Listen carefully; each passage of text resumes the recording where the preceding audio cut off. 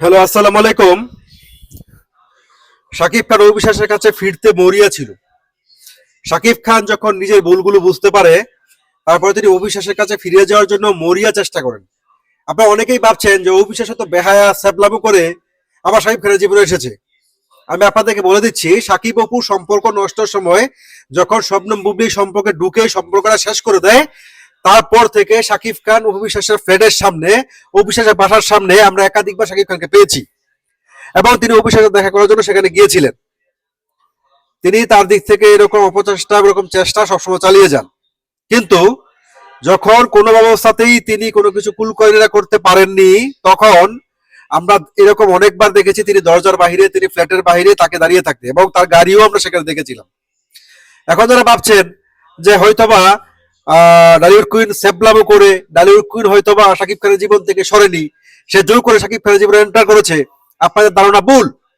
আপনারা একটু পিছনে ব্যাক করে দেখেন, আপনারা আমার কথার সাথে মিলাইতে পারবেন। আজকে সাকিব বাবু মিলে গেছে, এই জন্য অনেকে বলছে অবিশ্বাস স্যাপলামো করে, অবিশ্বাস নির্লজ্জ, অবিশ্বাসের শাকিব খানের জীবন থেকে সরলো না। জি না, এই শাকিব খান অবিশ্বাসের সম্পর্ক যখন তৃতীয় পক্ষ ঢুকে নষ্ট করে দেয়, তারপর শাকিব খান যখন মানুষ যখন ভুল করে তখন কিন্তু মানুষের সাধারণ জ্ঞান থাকে না।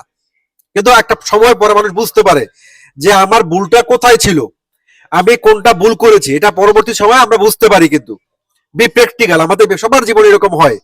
ঠিক একইভাবে মেগাস্টার শাকিব খানও কিন্তু তার ভুলটা বুঝতে পারে।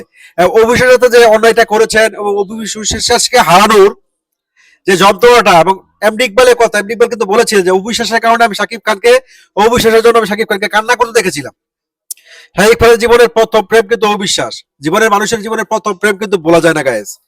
তো সেই ভুল বুঝতে পেরে শাকিব খানের বাসার সামনে, শাকিব খানের ফ্ল্যাটের সামনে, অবিশ্বাসের বাসার সামনে, অবিশ্বাসের ফ্ল্যাটের সামনে আমরা শাকিব খানকে বেশ করে হাজির হতে দেখেছি, এবং তিনি কিন্তু অবিশ্বাসের বাসায় দরজায় নক করতে আমরা দেখেছিলাম। আমার কাছে ফুটেজ গুলো নাই, যাদের কাছে ফুটেজ গুলো আছে অবশ্যই আমার কমেন্ট সেকশনে দিয়ে যাবেন। শাকিব খান মরিয়া চেষ্টা করেছিল অবিশ্বাসের জীবনে ফেরত যাওয়ার জন্য, কিন্তু অবিশ্বাস প্রথম অবস্থায় শাকিব খানকে অ্যাকসেপ্ট করেনি।